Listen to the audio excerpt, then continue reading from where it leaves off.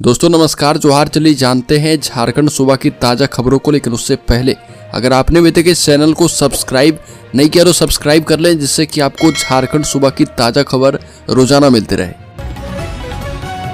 सबसे पहली खबर, पूर्व नेता प्रतिपक्ष अमर कुमार बौरी ने हेमंत सरकार पर निशाना साधा और सोशल मीडिया पोस्ट में लिखा कि हेमंत सरकार की नाकामी रही कि 11,81,000 लाभुकों को सितंबर 2024 से पेंशन नहीं मिली है।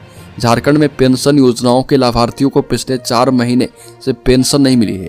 हर 3 महीने में उपयोगिता प्रमाण पत्र भेजने का नियम है, लेकिन समाज कल्याण विभाग की लापरवाही के कारण लाखों वृद्ध, विधवा और दिव्यांग लोग पेंशन से वंचित हैं। अगली खबर, दीपक बिरुआ ने कहा कि अब घर बैठे कटाएं रसीद, राज्यवासियों को मिलेगी बार कोड की सुविधा। भू राजस्व मंत्री दीपक बिरुआ ने कहा कि जमीन संबंधित मुद्दों पर आमजनों की सुविधा को ध्यान में रखते हुए राजस्व संग्रहण किया जाए। म्यूटेशन समेत अन्य जमीन संबंधित कार्य को राइट टू सर्विस एक्ट के दायरे में लाए। अधिकारी ऐसे कार्य को ससमय पूरा करवाने की दिशा में काम करें ताकि आमजनों को बेहतर सुविधा मिल पाए, साथ ही सरकार का राजस्व संग्रह बढ़े। उक्त बातें मंत्री दीपक बिरुआ ने कही।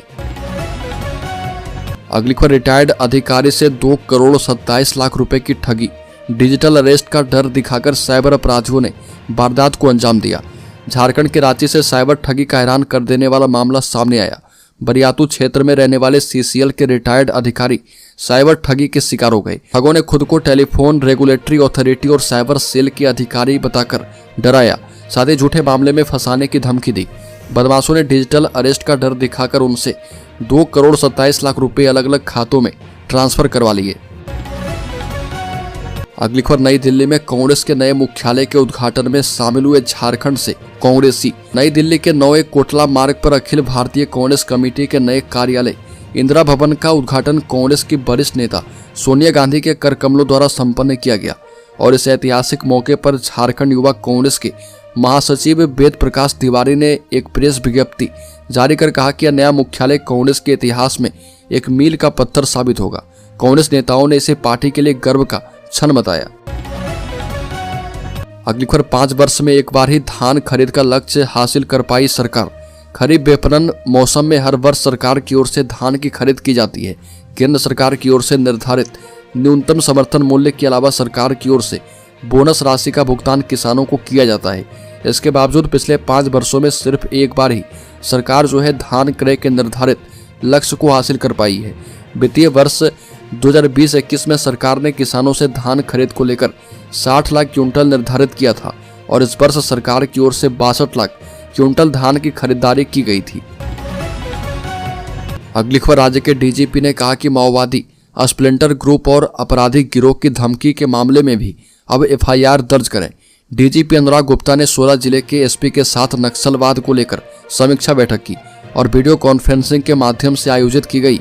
इस बैठक के दौरान डीजीपी ने कहा कि माओवादी संगठन स्प्लिंटर ग्रुप और आपराधिक गुटों द्वारा धमकी से संबंधित जो भी सूचना पीड़ित द्वारा दी जाती है उसमें प्राथमिकी दर्ज की जाए। साथ ही डीजीपी ने बैठक के दौरान निर्देश दिया कि सभी जिले के एसपी विशेष रूप से नक्सल प्रभावित जिलों में माओवादी स्प्लिंटर ग्रुप और आपराधिक गुटों के द्वारा आगजनी तोड़फोड़ से संबंधित मामले में मामला दर्ज किया जाए। अगली खबर, गैंगस्टर अमन श्रीवास्तव और उसके गैंग के सदस्य पर यूएपीए के तहत चलेगा मुकदमा। जेल में बंद गैंगस्टर अमन श्रीवास्तव और उसके गैंग के सदस्य पर अब unlawful activity prevention of act के तहत मुकदमा चलेगा और रांची एटीएस के स्पेशल कोर्ट ने एटीएस द्वारा दाखिल चार्जशीट के आधार पर चार्ज फ्रेम कर दिया है। श्रीवास्तव गिरोह के सरगना गैंगस्टर अमन श्रीवास्तव, चंद्र प्रकाश रानू, विनोद कुमार पांडे, अमजद खान, जहीर अंसारी, महमूद उर्फ नेपाली, असलम, फिरोज खान, सिद्धार्थ कुमार साहू, पिंटू और सुनील के खिलाफ आईपीसी की धारा 386, 387, 109, 43, 201 और 120B एवं यूएपीए की धारा 20 और 21 के तहत चार्जशीट दाखिल की गई है। अगली पर, सुमित उर्फ पेट्रोल को 7 साल की सजा, गज्जू की बात से पीटकर की थी हत्या। रांची सिविल कोर्ट ने गैर इरादतन हत्या के जुर्म में दोषी कांके के बोड़ैया रोड निवासी सुमित लोहरा उर्फ पेट्रोल लोहरा को 7 वर्ष सश्रम कारावास की सजा सुनाई गई है। इसके साथ ही कोर्ट ने सुमित पर 5,000 रुपए का जुर्माना भी लगाया। प्राथमिकी के मुताबिक सुमित ने गज्जू नाम के व्यक्ति को बांस से पीटा था। इस हमले में गज्जू गंभीर रूप से घायल हो गया था और रिम्स में इलाज के दौरान उसकी मौत हो गई थी।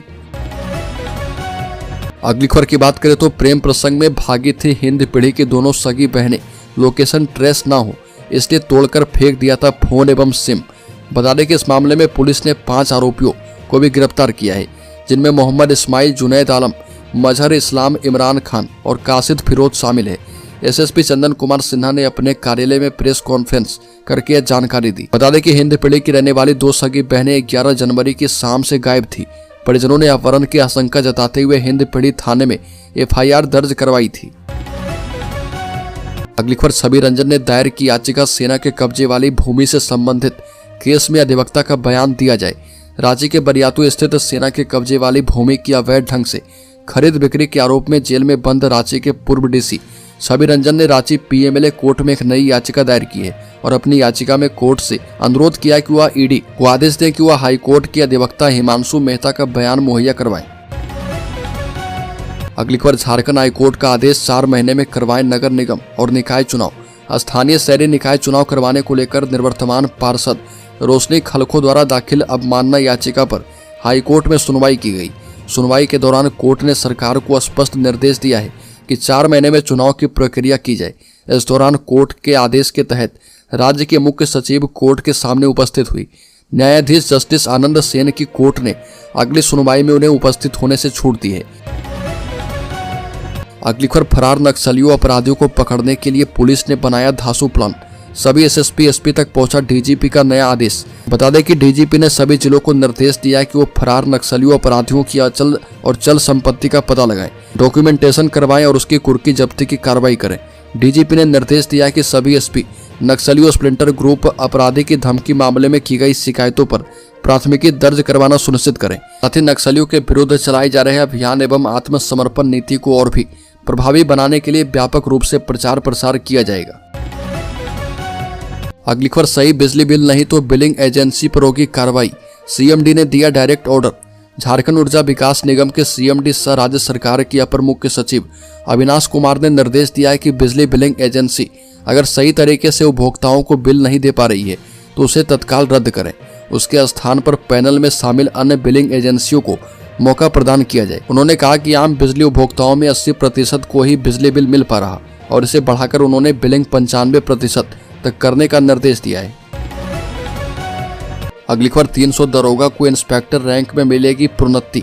8 सप्ताह लेना होगा प्रशिक्षण। बता दें कि झारखंड पुलिस के 300 दरोगा स्तर के पदाधिकारी को इंस्पेक्टर रैंक में प्रोन्नति दी जाएगी। हालांकि इससे पहले इन पुलिस अधिकारियों को 8 सप्ताह यानी 2 महीने का प्रशिक्षण कार्यक्रम में भाग लेना होगा। इसको लेकर झारखंड पुलिस मुख्यालय ने आदेश जारी कर दिया है। जारी आदेश के मुताबिक राज्य में सभी जिला और इकाई संवर्ग के दरोगा से इंस्पेक्टर के पद पर प्रोन्नति के लिए 8 सप्ताह का प्रोन्नति प्रशिक्षण कार्यक्रम करवाए जाना अनिवार्य है। अगली खबर, झारखंड में 5000 लोगों को मिलेगी नौकरी, कोल्हान को मिलेगा 8000 करोड़ का इन्वेस्टमेंट। झारखंड सरकार ने एक बार फिर अपने राज्य में उद्योग को बढ़ावा देने का बड़ा कदम उठाया और इस फैसले के तहत कई कंपनियों के साथ एमओयू पर हस्ताक्षर किए गए हैं। इन एमओयू के तहत कोल्हान क्षेत्र में इंडस्ट्री लगाने के लिए कंपनियों ने अपनी सहमति जताई है। इन कंपनियों ने कोल्हान में कुल 8000 करोड़ रुपए का निवेश करने का फैसला किया है। इस निवेश से लगभग 5000 से भी ज्यादा लोगों को रोजगार मिल सकता है। अगली खबर, मैया सम्मान योजना का पोर्टल खुलेगा, पीडीओ सीओ को मिलेगा लॉगिन। बता दें कि झारखंड की हेमंत सोरेन सरकार की महत्वाकांक्षी योजना मैया सम्मान योजना में सामने आई गड़बड़ी के बाद वो महिलाएं परेशान हैं जिन्होंने अब तक इसके लिए आवेदन नहीं किया है। उन्हें समझ नहीं आ रहा कि वो आवेदन कहां करें। सरकार ने प्रज्ञा केंद्रों के साथ करार को रद्द किया है और इसलिए प्रज्ञा केंद्र से अब मैया सम्मान योजना के लिए आवेदन नहीं कर सकते। गड़बड़ी सामने आने के बाद मैया सम्मान योजना के लिए अलग पोर्टल लॉन्च किया गया है। सामाजिक सुरक्षा कोषांग झारखंड की नई गाइडलाइन के मुताबिक सीओ वीडियो को लॉगिन दिया जाएगा। अगली खबर, पिछड़े वर्गों का आरक्षण निर्धारित करने के लिए 15 जिलों में ट्रिपल टेस्ट की प्रक्रिया पूरी। झारखंड में पिछड़े वर्गों का आरक्षण निर्धारित करने के लिए 15 जिलों में ट्रिपल टेस्ट की प्रक्रिया पूरी हो गई है और इस प्रक्रिया के तहत लोगों के घर जाकर उनकी जाति और सामाजिक स्थिति की जानकारी इकट्ठा की गई। झारखंड राज्य पिछड़ा वर्ग आयोग के सदस्य ने इस बात की जानकारी दी है। आयोग ने बताया कि ट्रिपल टेस्ट प्रक्रिया में जातियों का डोर टू डोर सर्वे किया गया है और 6 जिले में 90 से 95% काम पूरा हो चुका है। अगली खबर, धनबाद में खरखरी कोलियरी गोलीबारी कांड का मास्टरमाइंड झारखंड मुक्ति मोर्चा नेता कारू यादव गिरफ्तार किया गया। धनबाद जिले के मधुबन थाना अंतर्गत खरखरी कोलियरी में 9 जनवरी को गोलीबारी, बमबारी, आगजनी और पुलिस पर हमले की घटना के मुख्य आरोपी झारखंड मुक्ति मोर्चा के नेता कारू यादव को आखिरकार गिरफ्तार कर लिया गया है। उसे धनबाद पुलिस के एसडीपीओ की अगुवाई वाली स्पेशल टीम ने बिहार के जमुई जिले में वहां की पुलिस की मदद से पकड़ा है। कारू यादव के सहयोगी बजरंगी को भी गिरफ्तार किया गया है। अगली खबर, रांची शहर में 10,000 से अधिक स्ट्रीट लाइट खराब, अब कंपनी नहीं, निगम की 15 टीमें करेगी एलईडी लाइटों की मरम्मत। राजधानी रांची के 53 वार्डों में 10,000 से अधिक स्ट्रीट लाइट खराब है और लाइट लगाने और मेंटेनेंस करने वाली कंपनी EESL का एग्रीमेंट समाप्त होने की वजह से पिछले 6 महीनों से लाइटों की मरम्मत नहीं हो रही है और इससे शाम ढलते ही अधिकतर क्षेत्र में अंधेरा पसर जाता है। इसका फायदा असामाजिक तत्व उठा रहे और आए दिन रात में चोरी छिनतई हो रही है। शहर में लाइटों की खराब स्थिति को देखते हुए निगम प्रशासक संदीप कुमार सिंह के निर्देश पर मरम्मत के लिए 15 टीमें बनाई गई है और सभी टीमों को 4 जोन में बांटा गया है। अगली खबर, झारखंड के शेयर होल्डर्स इन्वेस्टर्स के लिए बड़ी खबर, सेंसेक्स 318 अंक की तेजी के साथ 77,042 पर बंद। सेंसेक्स 16 जनवरी को 318 अंक की तेजी के साथ 77,042 के स्तर पर बंद हुआ और निफ्टी में भी 98 अंक की तेजी रही। ये 23,311 के स्तर पर बंद हुआ है। वहीं BSE स्मॉल कैप 735 अंक की तेजी के साथ 52,308 के स्तर पर बंद हुआ। सेंसेक्स के 30 शेयर में से 20 में तेजी और 10 में गिरावट दर्ज की गई है।